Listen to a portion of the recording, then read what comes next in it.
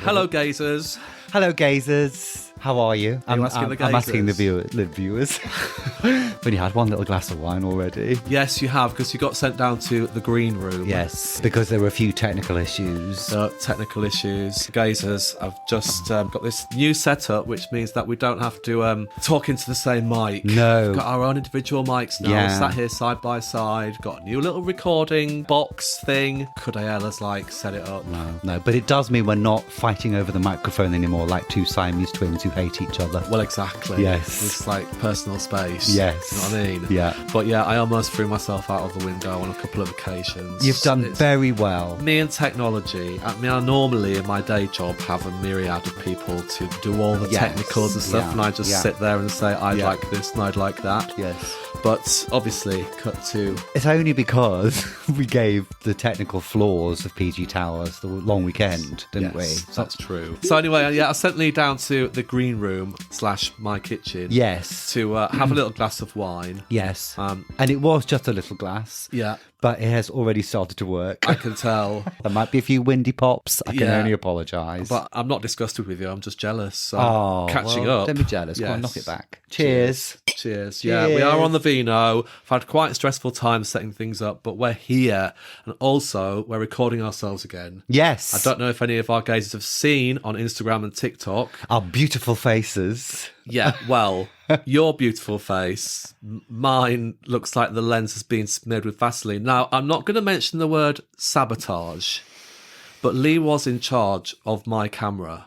I will also not mention the fact that one of us is a TV director and one of us isn't. But like I say, I normally have people to do that kind of thing for me. Doing it myself is quite a strain. But yes, I'm hopefully in full 4K, full focus this time for when we put our little clips on social. Yeah, good. Speaking of clips on social, you've had a bit of a landmark, haven't you? A bit of a milestone. Oh, yes. Yeah. I've had my first homophobic response. Hooray! Well done. Being called a Nancy boy, which is always nice. So original. That someone's taken the time. Yeah. To be Nancy boy. That's so pathetic, isn't it? I would give a shout out, but obviously it's a faceless profile and incoherent name. So who's clearly furiously masturbating over us as we speak. I know. Yeah, exactly. Bless him. It's always the closet ones. Always the repressed ones. Yeah, but anyway, shout out to all the Nancy boys out there. Come on. Yeah. Cheers to you. Cheers to you. To us. Cheers to us. Yeah. Cheers to us. Also, our lovely Michelle, one of our followers on Instagram, gave a lovely comment, which I will paraphrase because my phone's filming us. Yeah. And she said that in this time when the world seems to be really dark and horrible, our podcast is like a little beacon of light and joy that she looks forward to every week, which is lovely. Nice. Yeah. Thank you, Michelle. Yes, thank you. That means a lot, actually. It's nice to know that. It is nice to putting a know. smile on people's faces. Exactly. And when the apocalypse happens, I like to think, if a camera pans across a desolate wasteland, there'll be a little mobile phone just quietly blaring out the problematic gaze. That'd be lovely, wouldn't it? Yeah. Still there, clinging on like some cockroaches, playing on a loop. Yeah. Until the battery runs down and dies. The last sound of humanity. I was talking about some shite. That was Golden Girls. Yeah. But anyway, let's not think about war and destruction. There's too much shite going on in the world. Let's get down to some nice business. Yes, let's get down to business. Absolutely. And what are we looking at this week, Dave? We're going to be looking at a British film from 1987 called Rita, Sue and Bob 2. Yes, this is a sex comedy. No, it's not a sex comedy. It's a northern comedy. A northern comedy, a social commentary. Yes, very much a snapshot of Thatcher's Britain in the north. Yeah, what's your relationship with Rita, Sue and Bob 2? I watched it when it was on TV. Obviously, I didn't go to the cinema to watch it because it was a bit too saucy and racy for a 1987. So 28? I wouldn't be 28. 13-year-old. Right. But I'd heard about it and it was the talk of the school, and if you could get to see it, it's had shagging in it. Yeah. So obviously it was a little bit clandestine, a little bit allure to it. Yes. Yeah, if you got to see Rita, Sue and Bob 2, then you were, one of the cool kids. Right, yeah. And this is our 40th episode. Is it? Yes. Cheers to that. Cheers. And out of everything we've watched, this is the film. The visuals, the aesthetic of this film is what takes me right right back to my childhood. It's just got that nostalgia lens to me. It's just, 13 years old, you're starting to make your way in the world, things are starting to formulate, make sense, and you remember things. You have proper strong memories. I mean, you have memories from childhood, but I can really remember this era, 1987. The schoolgirls in the pastel-coloured outfits. We will talk about the outfits, I'm sure. To the accents, to the decors of the houses, just everything about it just screams my childhood. Yes, mine too. I saw this, I think, not long after it came out, or maybe it was on the TV as well.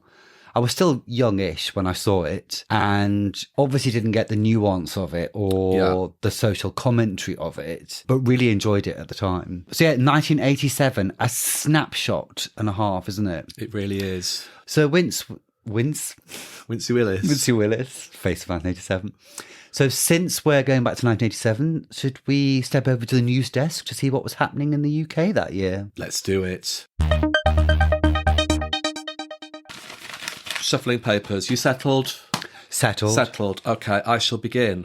On the 2nd of January, gollywogs in Enid Blyton's books are to be replaced by the publisher with gnomes following complaints that gollywogs are offensive to black people. A thing that still rumbles on to this day. I don't get, if you know that something is offensive because it's based on racial stereotyping, which is born of slavery and destruction of people, why'd have a problem with not having them on display? Just accept it and move on. Yeah, and fair enough. If people don't know the history behind them or what they represent, they're the same kind of vein of casual racism as blacking up and doing all that black and white minstrel stuff. But now, I mean, come on. On the 11th of February, Cynthia Payne is acquitted of controlling prostitutes in her London home. Cynthia Payne... We're going to be making a film about this, aren't we, Dave? We are. Yeah, a little one of our little history movies. Look out for that. This is a bit of a cause celeb, a very English kind of brothel. Cynthia, God love her, she was a madam. She ran a brothel, which is round the corner from my house in Streatham, which I found out very recently, which is thrilled to find out. And she basically serviced all the old men. It didn't go as high level as cabinet, but there were some prominent people involved. And it seemed to be a really kind of lovely, quaint... They'd get luncheon vouchers when they got in, which enabled them to access certain services of the girls. The girls were treated really well. There was a real kind of family vibe about the whole thing. And she became this kind of exemplar of very much the English attitude to sex, wasn't it? It was like this kind of... Well, actually, she was a two fingers up to the English attitude to sex, in that she looked like a prudish, middle-class, middle-aged housewife, but actually was running this quite insane brothel, some of the things they used to get up to. Was it illegal? It was illegal, yeah. And she was a madam, so that's what they got her on. But also at the same time... Not really hurting anyone, are you? No, doing a public service. These old guys were coming. Her dad was one of the clients, She had a really difficult relationship with her father. And then eventually she was like, Dad, come on, I've got a couple of girls who can help you. Dad got a second lease of life, God love him, Him. And it was blown up out of all proportion by the press, as you can imagine. So, but 11th of February. Fantastic. Our Cynthia. And I remember the film. Personal Services. Julie Walters played Cynthia Payne, didn't she? Yes. Yeah, I remember from that film is Shirley Stelfox. Yes. Played one of the sex workers in it. And then she went on to play Edna Birch in Emmerdale. Wonderful lady. Yes. Wonderful lady. Yes. So on the 12th of February, Edwina Currie sparks controversy by stating that good Christians won't get AIDS. Oh my God. I mean, where do you even begin It's with either that? this or eggs with her, isn't it? Yeah. Or John Major. Yeah. Eggs, AIDS, John Major. I mean, Edwina Currie triangle of sin. I don't think we need to rely on Edwina Currie as being the moral guardian. No. Interesting, though, the fact that she mentions Christianity, because it just shows that, we talked about this before, that church attendance has fallen dramatically and Britain is becoming a very secular country. But people still have a faith that is very personal to them. It's just not expressed necessarily by church going. And Christianity still holds some sway in kind of general parlance. But honestly, Edwina... Sort your own backyard out before... Yeah. Well, I don't like to talk about Edwina Curry's backyard, but... God. You know... Riddled with salmonella. Oh, yeah, absolutely. On the 9th of April, the Broderick Ward, which is the first hospital ward dedicated to the treatment of people with HIV and AIDS in the United Kingdom, is opened by Diana, Princess of Wales at the Middlesex Hospital in London. So two sides of the same coin. Huge story, that. Yeah, AIDS is becoming a thing. Apparently there was one person a day dying in the UK at this point from AIDS. Still no cure, still no treatment. Yeah, real scare in the UK, wasn't it? This is 87 was the release of public service announcements, wasn't it? Yeah. Don't die of ignorance. Yeah. The stone tablet crashing down. Petrifying. for Petrifying. people. You know, and just to see Diana there holding the hand Yeah. of an AIDS patient. I mean, because they'd been quarantined, they were put in isolation, no one was allowed to visit them, they often died alone. I mean, it was just dreadful, really dreadful. We're so lucky these days, we don't even think about it. You know, people can just have medication and live for as long as people who don't have HIV. So... Entertainment news. On the 27th of June, 25 years after the first James Bond film was released, the 15th, The Living Daylights, premieres in London, with The Spy now being played by Timothy Dalton. Thoughts on Dalton's Bond? I really liked Timothy Dalton as Bond. I really like the Bond films. Right. I used to have a poster book, probably from about this time. Right. Yeah, and I used to look at it all the time. Did you? Yeah, I was a right Bondy. Right. I was never a huge Bond fan. My dad was a huge Bond fan. My dad briefly lived in London at the end of the 60s and the early 70s. Briefly engaged to Helen Worth. Oh, your dad was? Yeah. Lived next door to each other. Oh. And my dad was the projectionist at Leicester Square Odeon and must have been at the premiere of, Live and Let Die. And used to have all this memorabilia. I don't know what happened to it. But I was never a huge Bond fan. Didn't go and see The Living Daylights, but I did see the last Roger Moore one, View to a Kill. Just the sight of Roger Moore in bed with that beautiful young girl was a bit like, this is not doing it for me. Well, it's quite apt for what we're going to be deep diving in. Absolutely. Older men with younger ladies. Absolutely. Yes. Yeah. On the 11th of October, £1 million Operation Deep Scan in Loch Ness fails to locate the legendary Loch Ness Monster. That's a shame, isn't it? All that money. What do you think about the Loch Ness Monster? Yay or nay? Nay. Nay. I mean, if it was there, it's got to be really fucking old. If you can detect a Russian submarine from about 100 miles away, you're going to be able to detect a large animal moving through Loch Ness. Although saying that, Loch Ness is huge and is really deep. But, I mean, even like the famous photograph, the head sticking out of the water that kind of sparked the whole craze, has been thoroughly debunked these days. Why? What is it? It's a piece of wood. Let's say, for argument's sake, there is a creature there. It's going to have to have lived for 60 million years with the greatest will in the world. It's not there, is it? Let's move on from the Loch Ness Monster. In November, Dave... Get your happy smiley face out because the first acid house raves take place in the United Kingdom, many of them being in derelict buildings. Now, I was a bit too young, obviously, but they remember the big media scare about acid house. Yeah. It was so typical, actually, because the media would talk about acid house. I remember The Sun has a big scare story about acid house raves, how they're destroying children with this new drug, ecstasy, which I've never taken. And in the same paper, they were offering like free acid house badges to readers and stuff, little happy smiley faces and stuff. And it's like, well, you can't have it both ways, can you? But the length you'd have to go to find out where one was, you know, you'd go to a phone box that would ring at a certain time and that would tell you the location of it. You know, it was a huge underground movement, wasn't it? Yeah, it's crazy. And basically, it was 4,000 people in a warehouse having the time of their lives. Yeah. You know, you can have your thoughts about, you know, the dangers and the drugs, etc. But if young people are going to do that kind of thing, it's probably one of the safest environments to do it in. Absolutely. Yeah. Probably not, but... Or you can do it in a field while watching Sister Sledge. Exactly. Which apparently people have done in the past. I mean, in the last 6 months, I mean, it's outrageous, isn't it? Yeah. I was disgusted when somebody told me that Somebody they'd done told that. you. Yeah. Okay, what's next? Crashing on. I feel like Trevor McDonald today. Do you? Well, you keep taking those specs on and off. Well, I know, because the specs aren't... Photogenic. The specs aren't photogenic. One of us looks like they've got bionic eyes and one of us looks like Trevor McDonald, Ronnie Barker. Your eyes are correcting themselves, aren't they? Yes, they are. That's what happens when you get really old, apparently.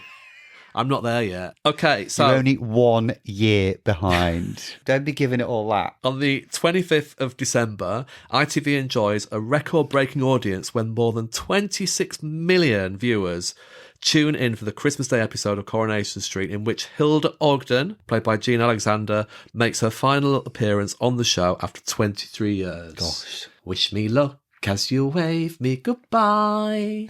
Tally ho, here I go. Is that what on you my sing? way. Yeah. Is it? And I remember that. Do you? Yeah. Didn't watch Corrie. Never watched you? it. No, we were in EastEnders' house. Yeah. We didn't really watch soaps until EastEnders came. Really? We all got a bit obsessed with it. Because, of course, the year before being Den and Angie, which had got like 28 million viewers, just again shows the power of soaps at the time. How Absolutely. huge They were juggernauts, weren't they? Juggernauts. And the people who appeared in Coronation Street and EastEnders were, at this point, like megastars. Megastars. Did you watch Angie Watts' return to EastEnders? I did. I caught it, actually. I didn't watch the episode because I switched it on. It was just like watching EastEnders from 20 years ago. All the characters were the same. Yes, there's a lot. But then I saw on social media Yeah. that she'd come back. Oh, I thought it was fantastic. It was great. Didn't she look good? She looked exactly as she Just was. as she was. It was really, I thought it was really well done. I love Angie. I mean, Angie's always going to have a special place in my heart. You know, she was fantastic, wasn't fantastic. she? I loved her. I mean, I loved her pussy bows. Yes, but I also loved her jumpers. Yes, like, she had this kind of like turquoise blue knitwear jumper. Yeah, that's the Suicide one. She wore that turquoise blue. Yeah, I watched that recently. Did you? On YouTube. And Jan, do you remember Jan? Who was the mistress? I've interviewed Jan before. Have you? Yes, she was in the Doctor Who convention. She was lovely. She came round and said to try to build bridges with Angie. Yes, that's right. And Angie was having none of it. And then she almost kind of broken the ice and then revealed to Angie that Den was living with her, and that set Angie off. Yeah. Oh, sublime acting. Fantastic. Really good. Fantastic. I know people pour scorn on soaps and soap actors, but I just say they've got some of the finest actors in our industry. Definitely. In soap operas. Definitely. I'd never got the snobbery. No, I never have either. And the chemistry between Den and Angie. Yeah. And the scripting. And apparently they improvised quite a lot of stuff as well, because they could riff on each other. After playing it for a couple of months, it's just amazing to watch. Yeah. You know, the performances are superb. You know, of course, in those days, they get a lot of rehearsal time and be a totally different setup to today. Yeah. But wow, it's just powerhouse, pair of them, aren't they? And placed right in the middle of them, the radiant Tish Dean playing Sharon. Yeah. Continues to radiate even to this day. Best legs in the business. Best pins in the business. Right, that was 1987 in the news. Should you have a look at what the top 20 UK films were that year when this film came out? Let's do it. Let's do it. So Rita 2 and Bob 2 landed in the middle of these films. Yes. Number 20, Cry Freedom. That was a serious one, wasn't it, about apartheid in South Africa? Steve Biko. Yes. Well done. Thank you. Well it's in there done. somewhere. It's all logged in the databanks. Yeah, gosh. Yes. Gosh, The Colour of Money, Paul Newman and Tom Cruise. Tom Cruise riding very high at the moment. Flavour. Did you like a young Tom Cruise? I only liked him in Risky Business. He was a bit too anodyne and safe for me, but in Risky Business, the sight of him in his white pants on his bed, reaching his hand down to his crotch slowly, well, let me just say, it wasn't an awakening, because by that stage I was fully awake. Yeah. But that was the only time I really fancied him. And when I found out he was 5'7", nothing against men who are 5'7", but... Hear that backpedaling go. It did, right Reverse. I've dated some 5'7" guys, and they've been lovely. But as a 6'3" bloke, actually, I wasn't 6'3" in 1987, so let's just ignore that. All right then. Yeah. So number 18, Inner Space. I loved this film. I love the whole premise of it. Yeah. Not Tom Cruise. The little man. No, it's not Tom Cruise. A relatively medium-sized man getting shrunk, isn't it? Yeah. And injected into a body. Yes. Is Dennis Quaid in it? Yes. He's the one who gets shrunk. That's right. Martin Short's body. It's basically a Fantastic Voyage remake, isn't it? I see. Okay. Yes, that was the 1960s with Raquel Welch and others who get shrunk down and have to go into somebody's body. Oh, yeah. Didn't know that. Yeah. There's no new ideas, darling, in Hollywood. Repeated by Doctor Who later on as well, wasn't yes, it? Into the Dalek, yes. Yes, Peter Capaldi's second story. Yeah. I'm boring, aren't I? Anyway, number 17, speaking of Cynthia Payne, Wish You Were Here with Emily Lloyd, Trigger's daughter. Yes, Roger Lloyd Pack. Yeah, based on the memoirs of Cynthia Payne and the early part of her life. Up your bum. Up your bum. Say to that. Up your bum. Yeah. Oh, I didn't realise it was Cynthia Payne's young life, was it? Yeah. Great film, great debut by Emily Lloyd. Number 16 is Over the Top, which I don't know anything about, but it looks like it's Sylvester Stallone on the cover. Yeah, there's a lot of biceps, aren't there, in that poster? Yes. Yeah, it's like looking in a mirror, darling. Number 15, Police Academy 4, Citizens on Patrol. Now, did I ever tell you I lived in the Middle East? Yes. Because there wasn't really much terrestrial TV going on. You used to get videos from the video shop, rentals. Which you'd watch again and again and again. Which I'd watch again and again. As you did in the 80s. Yes. Yeah. And Police Academy 4 was one of them. Was it? So I loved it. Did I you? loved it. Special place in my heart. Watch it now. It's shit. What a load of old shit, yeah. But I loved it at the time as a 13-year-old. Citizens on Patrol. Yeah. Yeah, really good. Number 14, Lethal Weapon. My grinder name. That was good. Among others. I'll give you that. Not seen it. Lethal Weapon, you've not seen it? Oh, very good. Is it? Yeah. Never It's seen good, it. actually. You'll watch it. Right. Maybe we'll do it one day. Might do. Maybe we won't. Well, we're going to get your Lethal Weapon out. Okay, number 13, The Golden Child. Now, this is an Eddie Murphy film. Right. It wasn't one of his best. It was riding high on Beverly Hills Cop. Beverly Allen. No. God. Trying to maintain a Callard sense of professional. It's riding high on Beverly Callard. Beverly Callard. We love Beverly Callard in our house. I love a bit of Bev. Love a bit of Bev. She's great. She's great. Let's get back to The Golden Child by with Eddie Murphy. There's a little bit and he goes, I said, I want the knife. I always remember that bit. Right. Give me the knife. All right. Please. Okay. Yeah, I can quote The Golden Child. This is my era. Yes, well, I'm only a year older than you. Don't pretend I'm like... This is when I was young. I mean, obviously you'd kind of grown and were out in the world by this point. But I was still only 13 years old. So, this is very much my era. And this is like when you used to look at films as the Holy Grail. Yeah. You know, it's very exotic, very far away land, the movies, wasn't it? Yeah. Yes. Hence why Rita 2 and Bob 2 was a bit of a anomaly, really, because it spoke very much of how you were living your life at the time. Yeah. Well, you know. What, shagging older men in the back of a car on the moors? Actually, not far from the truth, darling. Anyway, number 12, Star Trek 4, The Voyage Home. Never saw it. Not bothered. Should we crash on? Yeah. Number 11, The Untouchables, Elliot Ness and all that kind of shit. Yeah, never saw it. All that shit. Yeah. Number 10, The Fly. Oh, great film. Great. Speaking of The Substance last week and body horror, I mean, this is a body horror extraordinary, isn't it? Oh, yeah. I've watched it again recently and it's still fantastic, as is the original, I have to say. Jeff Goldblum is just amazing in it, but the special effects are so icky and so gross. Yeah. They're really, really good. David Cronenberg, of course, body horror, maestro. Jeff Goldblum and Gina Davis going out in real life, which gives the whole thing a little extra frisson.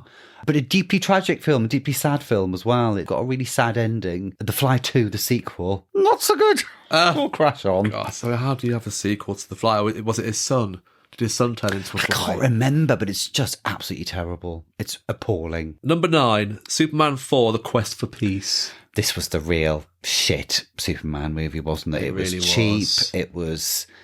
It was just crap. I remember going to cinema. I'd seen all of them. I loved them. I remember going to cinema and even my 14-year-old self was like, this is shit. It's really shit. It was all about nuclear weapons, wasn't it? And it speaks of the nuclear fears of the time. Yeah. Superman's going to take all the nuclear weapons up, but he has to defeat somebody who's got radiation and becomes I don't know, whatever. It was just rubbish. Yeah. A shadow of its former self, the franchise by this point. Absolutely. Yeah. Can I just mention something? Yes. You've got like it's a bit of your beard, but it looks a bit strange because it's like going over your lip. Okay. So I just really want to get hold of it and pull it out. Don't do that. They're going to see it too far. I'm just thinking about 4K. Pull it out. I can't pull it out. You can. I can't. Could you pull it out then? Ah. Oh, no. Ah! Oh, I've done it. Are you not touching it again? I'm just thinking about our socials, that's all. Don't want any comments like you've... I don't care if they mention my rogue lip as long as they don't call me a pansy boy. Nancy boy. Nancy boy. Okay, but it's gone now. Good, thank you. Good. You just Yeah. scalped me top lip. I'm here to help. Thank you. Oh, it's back now. Oh, fuck off and just read the next one. Number 8, Full Metal Jacket, Stanley Kubrick. Obviously too young for it. Vietnam, wasn't it? Yeah, not bothered. my cup of tea at this point. At number 7, The Witches of Eastwick. Loved it. Great film. Loved it. Yeah, great film. I mean, what is it, Dave, that you get 3 powerful women in a film having a go at Jack Nicholson? Why would we be attracted to that? Yeah, we just salivate over it, don't we? Yeah, we It's do. Just brilliant. Flick ourselves off. Sure.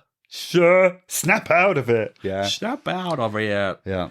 Share Michelle Pfeiffer, who is And one of Susan. the most beautiful human beings on the planet. Yeah. And Susan Sarandon. Yeah. Yeah. Who's Fabulous. Three of them. hardcore. Hardcore. Speaking of hardcore, number 6, Mannequin. I mean, we are going to be looking at Mannequin at some point, aren't we? Because it is a deeply problematic film. Deeply. But I loved it. Yeah. I think I saw it 3 times at the pictures. Did you? Yeah, absolutely loved it. Yeah, I loved it. I mean, obviously a young, what's she called? Nancy Boy. Oh. Kim Cattrall. A young Kim Cattrall. Kim Woodburn. Yeah, a young Kim Woodburn on the back of a motorbike. Playing a mannequin that comes to life. What's not to love? Yes. Honestly. And one of the most deeply disturbing portrayals of a homosexual that I've ever seen in a movie. Yeah, we'll talk about that. Speaking of Cynthia Payne. Oh, God, number 5, Personal Services. Yeah. Well, she's riding high at this point, isn't she, old Sin? Wow. Madam Sin, as they called her in the press. That's what I've heard. Yeah, we will be talking about that in a future episode as well. Great. Number 4, Platoon. Again, Vietnam, all that kind of shit. I've seen it. It's good. Not seen it. But I didn't see it at the time. No. Okay. So, speaking of which, Riding High, number 3, Beverly Hills Cop 2. Never saw it. Got Bridget Nielsen in it. Has it? Yeah. She was a big thing at the time, wasn't she? She was. Was she married to Sylvester Stallone? Yes, she was. Yeah. I used to quite fancy Bridget Nielsen. Did you? Was she a boy crush? I think she was a boy crush, but also she's kind of a little bit ambidextrous, isn't she, as Bridget Nielsen? Ambidextrous? Yeah, that's what I used to say. Okay. My code for androgynous. You want to watch that one? He's ambidextrous. Do you know what I mean? Yes. She's quite masculine looking But like Grace as well. Jones as well. Bit like Grace Jones. Yeah, I see what you mean, actually. Yeah. And I think it was my little in-between phase. Little Nancyometer. Yeah, Yeah. it's kind of like ticking in the middle. Yes. You know, flickering before I away. went full-on homosexual. The wrong side. Yeah. The unchristian side. The dark side. Dirty side. Yeah. Number 2, The Living Daylights. Yeah, spoke about that. Yeah. And number 1, Crocodile Dundee. Crocodile Dundee. Right? Yeah. That's not a knife. Did you? This is a knife. Oh, all right. Oh, how manly that You is. My did. cold. I This is a knife. Going to call a priest. Did you fancy Paul Hogan? No. I did. Did you? Yeah. I think it's again because he was just kind of so macho, you know. Brilliant film at the time. Yeah. Oh God, yeah. It was everywhere, wasn't it? It was a phenomenon. Crocodile Dundee. Yeah. Do you remember when she bent over to get a little drink of water out of the billabong, or whatever you call it? And a crocodile comes out. Yeah, got a water bottle and tried to yank her into the... Don't you remember? I can't remember it. Shit my pants first time I watched that. Did you? Yeah. Oh. Okay, so during our musical sting, we have topped up, haven't we? Yeah, we have. Cheers, darling. Cheers, darling. Chin, Yes, chin. the wheels Chin, might chin. come off very Yeah, soon. the But wheels. let's go through the official singles charts for the 24th of May, 1987. So, number 20. Little Devil, The Cult. I said The Cult. Very specifically, The Cult. Yes. Yeah, don't know it. Don't know it. And number 19, Boops, Here to Go, Sly and Robbie. I remember Sly and Robbie, but what that is, I've got no idea. Number 18, Prime Mover, Zodiac Mind Warp, and The Love Reaction. No, No. not a clue. No, okay. Oh, number 17, Another Step, Kim Wilde and Jr. I remember this. Kim Wilde, obviously your neighbour. Yes, she lives very close to here. I remember having a furious argument with my cousin because the lyrics are another step nearer your heart. And he said, it's another step period on.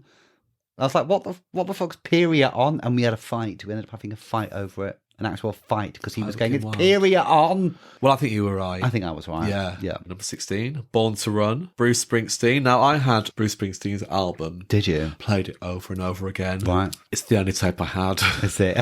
Was this when you were in fucking Middle East? That's when I lived in the Middle East. Did I ever tell you? No, I you lived in didn't the tell me Middle that, East? actually. No, I never knew. Yeah.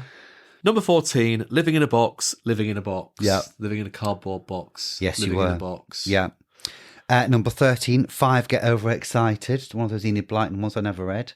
By the House Martins. Number 12, Big Love, Fleetwood Mac. Don't know that one. No, we're not naming many of these, actually.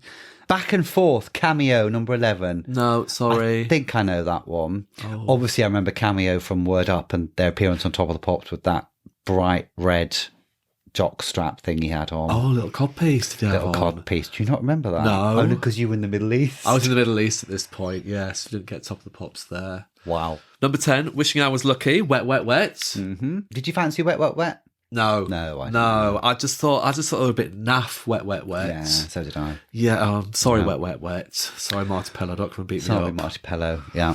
Number 9, Something Inside So Strong, Labby Sifri. Mm-hmm. I remember my first Pride I went to, which was in 1993. And you had something inside you so strong. Is that what you were going to say? No, it wasn't actually. Labby Sifri performed that and I cried. Then later on I had Something Inside So Strong.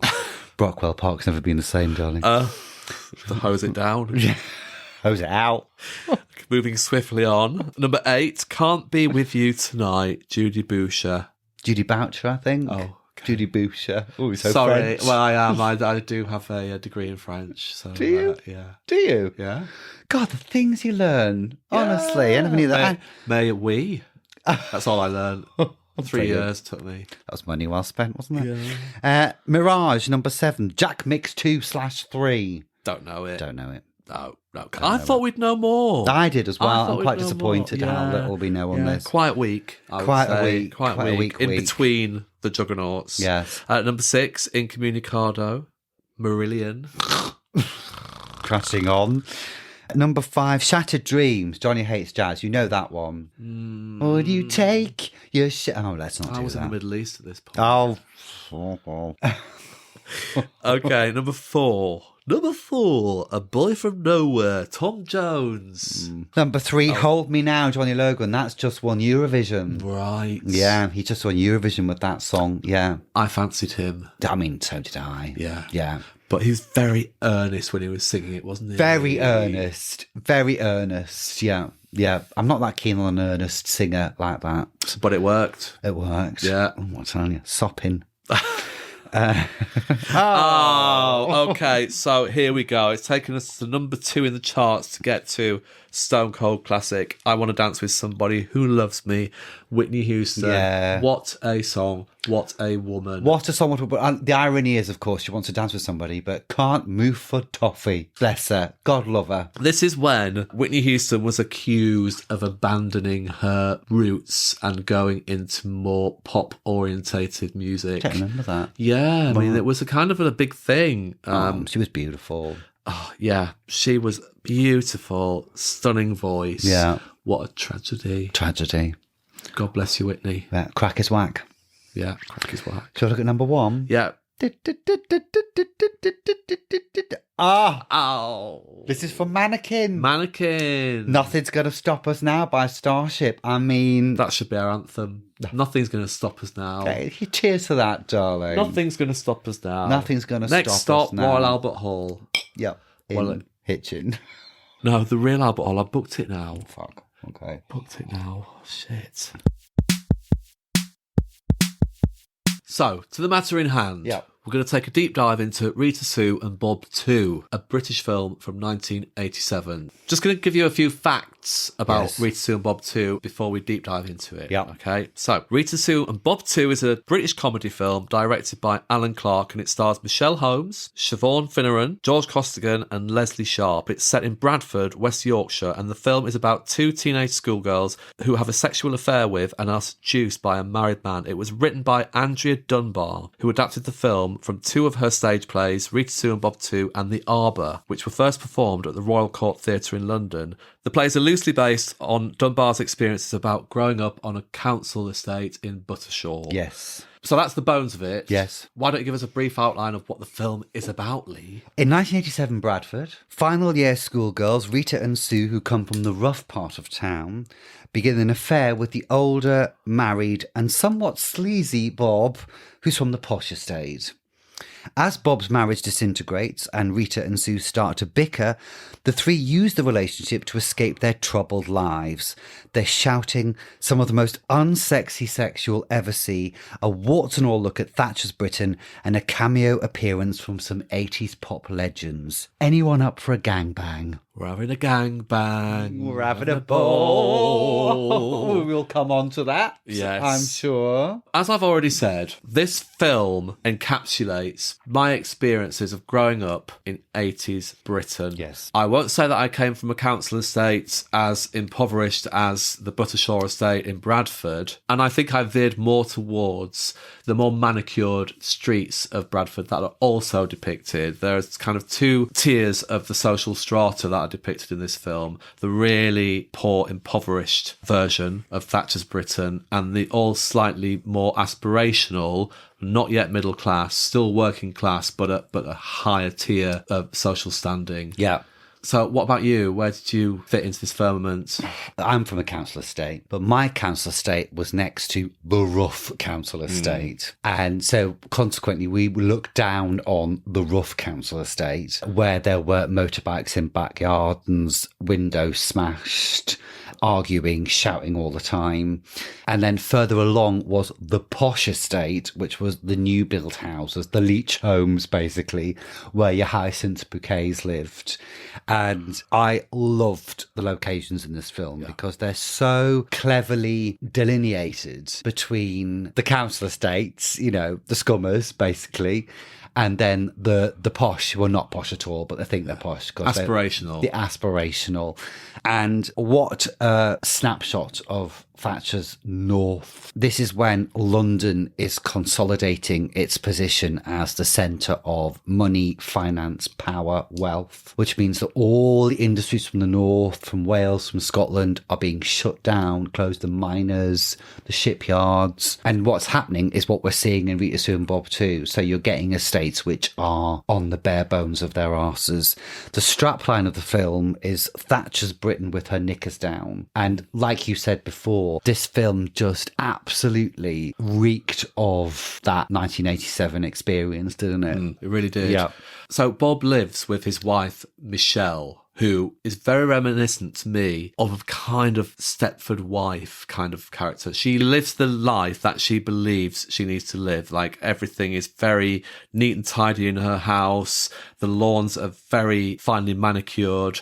You know, she's got social aspirations. She's very house proud. They live what I would call a perfunctory life. Mm-hmm. They got married young. They've got children. This was very much the family ideal at the time. Mm-hmm. But it's very clear from quite the early onset that they're not really suited to each other. Mm-hmm. They're going through the motions. Yeah. And then into this life come Rita and Sue, who are schoolgirls. Mm-hmm. It's never really stipulated how old they are. Yeah, it never says, actually, but they're in their final year. I mean, they're clearly not staying on for A-levels, so they're either 15 or 16, but it's never explicitly stated what they are. Yeah. Rita and Sue come to babysit for Michelle and Bob. Rita and Sue come from the council estate. Sue's dad's a crippled alcoholic. Yeah. The mum is just like, you know, downtrodden housewife. They're from the estate with the windows smashed in, with the mad guy on the balcony shouting down stuff, you know, the dogs barking. The sounds are really interesting in this film, you know, on those estates, there's always a dog barking or people shouting. Yeah. It's kind of true because I used to live next door to one. Yeah, people working on cars and motorbikes in their front gardens. Yeah. Windows smashed, windows boarded up, very impoverished. Yeah. Not much going for that area at all. Deprived. Left behind. Yeah. Probably, you know, the mines are all closing around in that area. Whatever industry there was is kind of closing down. So they come to babysit for Michelle and Bob. Yeah. Then once they return home, Michelle says to Bob, give the girls a lift home. Yeah. He takes them for a lift home, and then ensues, I don't want to call it a seduction from Bob, but it's a grooming. It's a grooming. He drives them up to the Moors. They're in the car. He turns round. They're both in the back seat. And thus follows a conversation where he asks them, are you still virgins? Yeah. They're both very coy. They're both depicted as being up for this, as being teases. aren't they? I don't know if they are, because I think they're in on it. One thing that struck me about this film is that all the way through it, they're never painted as victims of this. He asks them, are you virgins? And they're like, well, don't really know, might be, it's that, but they're never like... No, well, that's what I mean. They're kind of playing coy. Yes, they're playing innocence. Yeah. But it's depicted that they're not that. They're playing along with it. Yeah. They are virgins, clearly. Yeah. They're both very much virgins, but not wanting to be, wanting to explore, wanting to experiment. Yeah. I mean, Bob is pretty sleazy. He's really sleazy. Isn't he? I mean, we've talked about this before, that men of a certain age were able to do this. The fact they made a film about this, and that wasn't the talking point of this film. No. And it's just... Because he's sleazy. He later on, he goes to watch them playing sports at school. Yeah. He's just like a real creep, isn't he? I did fancy him though. Yeah, he was. Yeah, it was quite fanciful at the time. That was going to be one of my questions to you when I was thinking about what are we going to talk about in this film. Is Bob is from a generation where to have sex with young girls is seen as kind of like a status symbol. If you can get the young girls, oh my god, definitely. Then and to break their virginity. Yeah, it's kind of like a badge of honour. Definitely. So, we can look at this through modern eyes, which is what this podcast is all about, and say, this is grooming, this is sleazy, this is illegal. Yeah. Well, we don't know if it is because we don't know what ages they are. But at the same time, on balance, you've got to say that this was the norm. It was in the norm. 1987. Absolutely. This was a completely normal thing for a type of man to do, to brag about, to get away with, and for the girls he was doing it with to absolutely collude with it as well. Yeah. Yeah. But what I thought was really interesting was, I know we're kind of like jumping backwards and forwards in the timeline of the film and things, but the only person that Bob was reproached by was his wife, not by society in general for doing what he was doing. He never gets any flack. Yeah. But the girls do. Yes. The girls are painted as... There's a conversation when they go on a school trip, for goodness sake. Yeah. And one of the other schoolgirls is like, you've been seeing a married man, you're a slag. Slag, yeah. And it shows you, doesn't it, the slut shaming, and she ends up fighting, doesn't she? Yes. I think it's Sue that ends up fighting back and slapping the girl because she called her a slag. Yeah. It just shows you the damage that could be done that was felt by girls and young women to be labelled a slag. Yeah. Slut shaming, it's called shaming for a word, when the shaming, it was a real social way, a community way to keep women's sexuality in check, and still is in some places, Well, it is. I mean, I'm jumping backwards and forwards, but actually there was a story in the paper. I'm not going to name names, but there was an incident in a party post-Brit Awards between a married man and a young woman seen snogging on camera. Big story in the papers, etc. Two schools of thought. One, that he's married, she's a homewrecker, she's a slag, she's a slut, she's the one to blame, painting the guy as some sort of kind of innocent victim. He can't help himself. Victim. He can't help himself. No, it's not his fault that he's got these beautiful young girls, is it? It's what men do. I mean, fuck off. Honestly, so that was kind of very reminiscent of what is going on in this film now. Yeah. Well, the codes of behaviour are so different. Yeah. And Bob just kind of accepts it as his right, So he's trying to be the big seducer.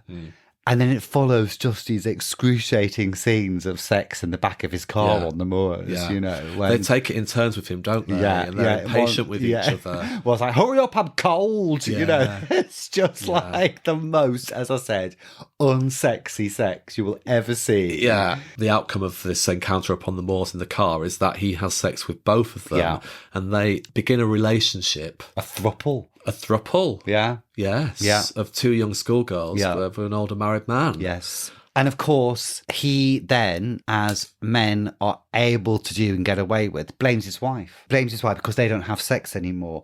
And then he sex shames her, his wife, for saying the sex was always shit because you just lay there and did nothing. Yeah. So not only is he allowed societally, also within the film, culturally as well, to fuck these two young girls who could possibly be underage, he's then able to blame it all on his wife. Yeah. It's not his fault because men will be men, and that's just what men do. They need it.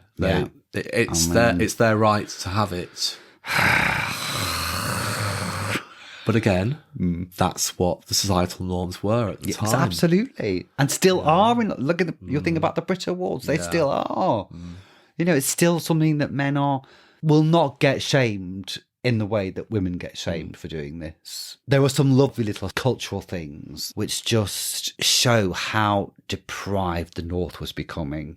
Like Sue mentions at one point the training scheme that she was going to go on, that youth training schemes that was supposed to help these young people, you know. And then there's one brilliant scene where Bob's not able to meet them that night. And I think Rita says, what we're going to do, just walk around again. And that's what they had to do because there was nothing else to do. No money. No, the youth clubs were being closed down. Yeah. They had the clothes that they'd obviously saved up to buy. From Tammy Girl. Amazing. I remember being a schoolboy, 13-year-old schoolboy at this time, watching the old girls at school, you know, on casual day when they all used to come in dressed as, you know, and the stuff. And it was always kind of like the white or the cream or pastel coloured jacket, wasn't it? With the skirts and the kitten heel white shoes. The tight skirts, which down to the knee, the white shoes. Yeah. Do you remember those plastic bags that were made out of plastic that you could see through? People like, and the girls couldn't use them after a certain age when it's got their period because you see the Tampax in them. I love, there's one fucking amazing bit in this film where they're on the school trip and it's like 6 of the girls walking down the road and just the attitude, the way they're walking. It reminded me of French and Saunders, that sketch that they do. We knew these girls. We knew these girls. You know, we hung around with these girls. I wanted to be those girls. Oh my, so they were so exotic. Yeah, they were just so sophisticated, so grown up. You know, perms, plastic hoop earrings. I remember my friend Claire used to have this plastic orange chains and bangle to match as well. You know, and just all of it. I absolutely loved it. Amazing. Loved the looks in this film. Anyway, we've veered on to fashion. I can't remember where we were. Yeah, that's the most important part of this film, isn't shit men are, as usual. Yeah, shit men.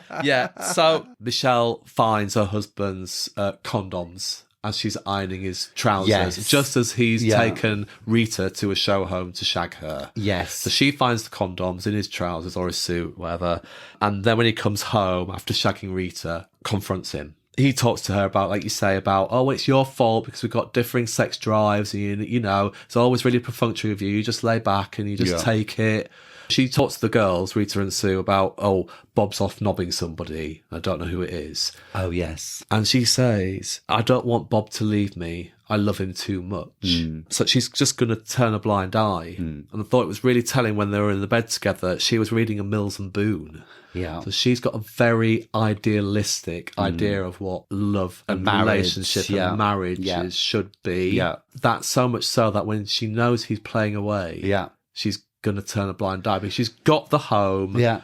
She's got the lifestyle. Having a man who shags around and gets his sexual pleasures elsewhere is a cross you have to bear as a woman. Because that's what that whole thing about boys will be boys, men will be men thing makes women do, or used to do, is that, oh, you stand by your man, he still loves me, you know, all this fucking bullshit. It's just a free rein to allow men to go out and poke who they want to poke. You know, it's rubbish. And then they attempt to have sex together and it's really perfunctory. Yeah. It's kind of like the other side of what he's experiencing with the young girls. Yes. Can we talk about the 80s supergroups that are featured in this film? Because not only was I thrilled to see the sequence of Sue dancing to Bananarama when they're babysitting one night, which was the thrill.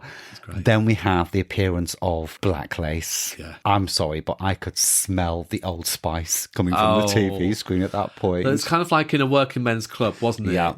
Bob takes Rita and Sue out. He thinks he's got away with... He's getting cocky, isn't he? He's getting cocky. Yeah. He thinks he's got away with his wife not finding out who he's been having an affair with. Yeah. Goes and takes both the girls to this discotheque working men's club. It's a club. It's got the club. Yeah. Where Black Lace are playing. We're having a gangbang. Yes, Black Lace live on stage. Yeah. Stars of Agadoo, Superman. Yeah. And many others. Yeah. We can't name right now. We're having a gang bang, which basically it's just like an extra hip thrusty conga, isn't it? People in a big line, pretending to fuck each other. Basically. Which I have to say is very glossily filmed. This film has differing filming styles all the way through. At one point, it's very fly-on-the-wall, documentary style, handheld filming, especially when they're in the council estates. Right, yes. To kind of portray that grittiness, etc. But in this scene, Bob's taken the girls away for a night out. Yeah. What's considered to be kind of high-end, glossy night out. You can see camera tracks on dollies and things. It's all very smooth.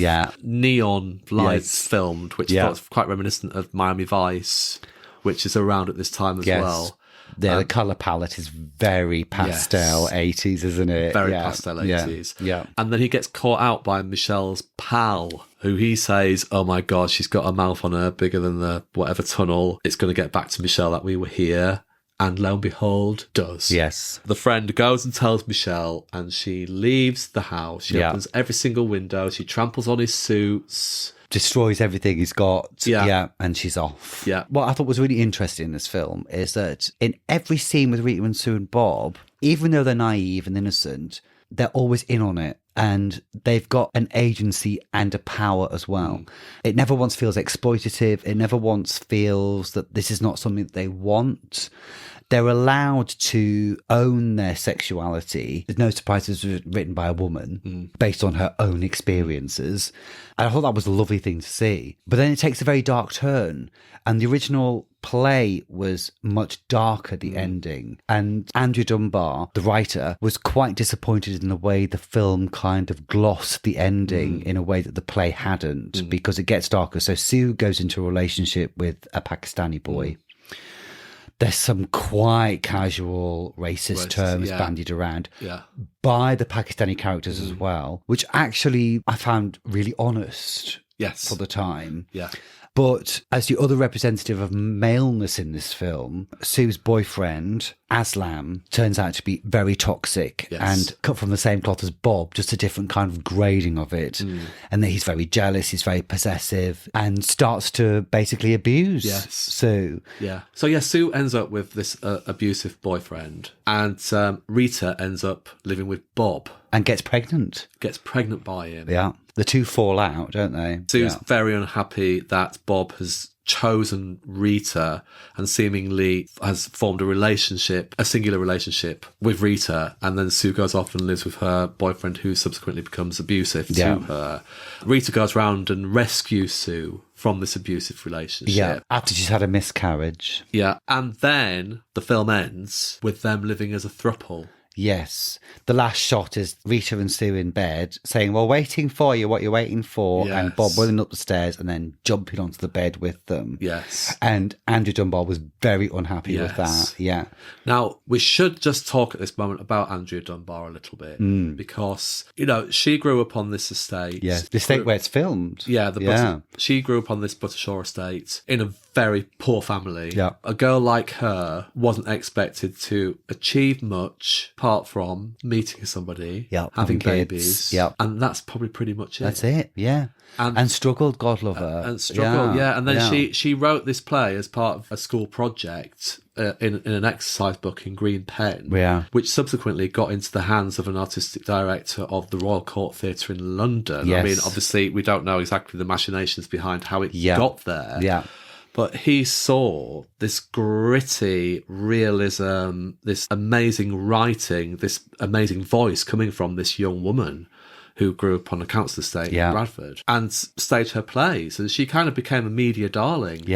Bradford loved her. She was one of theirs, wasn't she? One of theirs. But and to have one of her plays transformed into a film. Now, she was very unhappy with the ending of the film because it portrayed everybody as having like a happy ending. Whereas, the play doesn't at all, does it? Gazers, if you want to take a deep dive into Andrea Dunbar's life, it's a really tragic it's so sad. Struggled with alcohol, single mum, died in the pub. Died in the pub in the beginning of the film. Recollections are sketchy about exactly what happened, but there are rumours that she got into a fight or somebody came and hit her. She banged her head and... Only 40? Died. Yeah. This raw talent, it has such power behind it. this voice. Yes. And it was just cut down in its prime. Yeah. But thank God that we have got this. Yeah. And I just think this film is powerful. Yeah. There are problematic elements to it. Yeah. But that's because the environment she was living in was problematic. Yeah, absolutely. Well said, our Dave. Yes. Well said. So a really unique area of popular culture that, if it hadn't been for Andrea Dunbar, wouldn't have necessarily been discovered and been portrayed on screen for people to watch. I've got one last point, and that is just how great the two leads are. Yeah. Michelle Holmes and Siobhan Finneran. Their relationship is just, it's so true. Yeah. And it's so authentic. You can't help but fall in love with them, can you? No, you really can't. And again, raw talents that perhaps might not have been discovered in quite the same way if it hadn't been for Andrea Dunbar. Yeah. So if you don't know Siobhan Finneran, she plays Janice in Benidorm, opposite Steve Pemberton. She's Sarah Lancashire's sister in Happy Valley. She plays the lady's maid, Sarah O'Brien, in Downton Abbey. Yeah. And she's Alma's mum in Alma's Not Normal. Which, I mean, her turn in Alma's Not Normal as Alma's mum is phenomenal. And if ever there's a new Andrea Dunbar, it's Sophie Willan, that kind of voice that we see these days. I did think, actually, when I was watching Rita Sue and Bob 2, I could very easily see Rita's character segueing into Sophie Willan's mum in Alma's Not Normal. Yeah. You know what I mean? It feels as though it's kind of a continuation of the same character in a way. God, yeah. Maybe they're in the same universe. Yeah. I love that. Yeah. I love that. Yeah. Yeah. Oh, cheers to that, darling. Cheers to that. Cheers to Siobhan Finneran. He's very good. Michelle Holmes. Good. Yeah. Cheers to you girls. And Bob. George Costigan. George Costigan, who is a phenomenal actor and has gone on to do so many things. Happy Valley as well. Yeah. Yeah. Amazing things. We're getting a little bit drunk. A little bit drunk now. So what would you rate this film then, Dave? I would rate this film because I do have issues with the way this film ended. Again, a lot of films we watch, I feel as though the third act wasn't necessary sometimes. So I feel it went on a little bit too long. Yeah. But I would rate it 8 agadoos out of 10. Right. Yeah, before we came into this, I was going to give it 7, but now because I'm a little bit drunk... I'm going to give it 8 white stilettos out of 10 as well. Yeah. Yeah. Yeah. And probably an honorary 9 out of 10 for the Bananarama cameo. A great film, a real snapshot, and I would recommend all our gazers to watch it. We'll post links to where you can access Rita Sue and Bob too. We're in sync. We're in sync. Like our periods. Before Dr. Lee slides off the couch in a drunken stupor, let's try and get in what we're going to be talking about next week, because we couldn't be further from what we're going to be talking about. As we take a trip back to the solid sounds of 1992 for a trip down memory lane with Reservoir Dogs. Next week, listeners, we thought, after exploring femininity and womanhood a lot, let's have a look at some masculinity as we go back to 92, Quentin Tarantino's Reservoir Dogs. Now, I haven't seen Reservoir Dogs since it came out. I haven't either. So I'm really looking forward to revisiting it. I'm particularly looking forward to, after doing my PhD on masculinities, to see what I can see. Dear gazers, if you like what you've heard, please hit that follow button. That's very, very important. Yeah. And if you want to follow us on our socials, on Instagram and TikTok, please do, at Podcast Gaze. And if you want to email us with any thoughts about anything you've heard, or if you want to suggest future topics, then please email us at theproblematicgaze@gmail.com. That's it. Done. We managed to get through that. Anyway, Dr. Lee. Yeah. I'm off to the club now. Yeah. For a gangbang. Oh, nice. Yeah, well, I'm meeting a married man with an Audi to get my legs hitched up on the back of a car on the moors, so see you next time, Dave. Very good. Oh, can we swap? I quite like to do that. Nah. We could share. Let's do it. Yeah. I'm cold. Hurry up. Bye. Bye.